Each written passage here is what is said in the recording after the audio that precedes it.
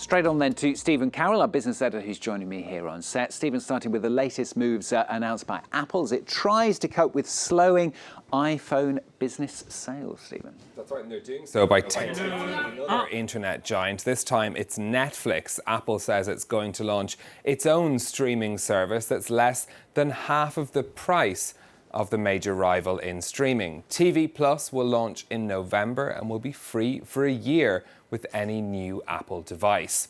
Now, the company made the announcement along with unveiling its newest iPhone, the iPhone 11, this coming at a time when Apple is trying to diversify its growth away from its flagship product, which remains its biggest earner. Erin Ogunkeye reports. Is iPhone 11. It's perhaps one of the most anticipated events for global smartphone users, the unveiling of Apple's newest iPhone. But this year, the surprise was less about the phone itself than its price, which reflects one of the biggest year-over-year reductions in Apple history. The iPhone 11, which replaces the iPhone XR, is $50 cheaper than last year's model. iPhone 11, the entry-level one, at $699. That's one of the lowest prices they've had in a long time for a high-level phone, even though it only has the 2 cameras instead of 3 like you have in the Pro series.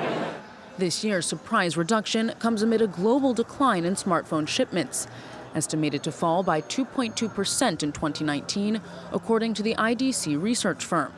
Experts say Apple's unexpected strategy partly reflects the company's aim of attracting a wider pool of buyers, who may now prioritize storage upgrades over new features. So you have people that sunk in $1,000 for a phone. They're not going to buy for another 2-3 years, probably. So it's always difficult. This is about capturing more of the older generation device owners. One major smartphone innovation was notably absent from Tuesday's presentation: 5G.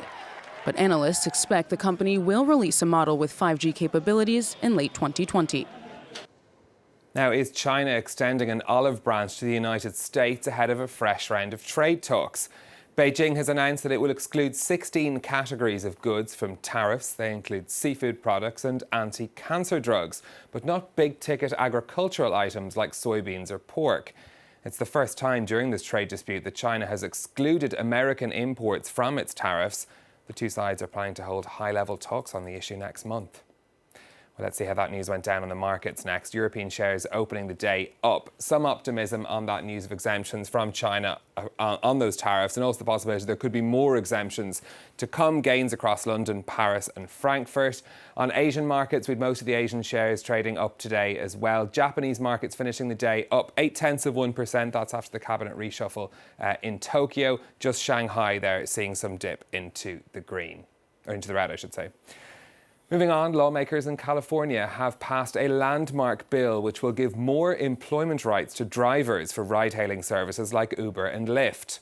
Once the bill is signed into law from January 1st, the drivers must be treated as employees if they fulfill certain conditions. That means they'll be entitled to minimum wages and paid leave. At least 1 million gig economy workers are set to be affected by the changes. Companies in the sector have warned the new rules could destroy their businesses.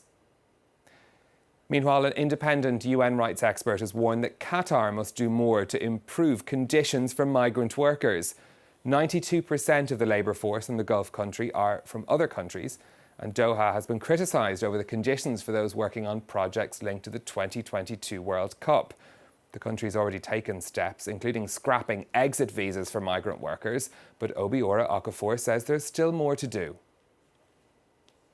Many domestic workers continue to work long hours. Some of them have reported up to 16 hours daily, with few realistic avenues to protest, despite this being prohibited by the law.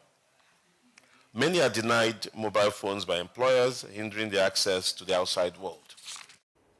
Finally, for me, another magazine has announced an end to its print edition. This time it's the British version of Marie Claire, which will go online only after November, with publishers TI Media saying the move will better serve its audiences. The first edition of the magazine was published in 1988 in the UK, although its circulation has been falling in recent years, as has revenue from print advertising. The title will continue in print in other markets, though, including here in France. Stuart. Interesting. I'm quite shocked.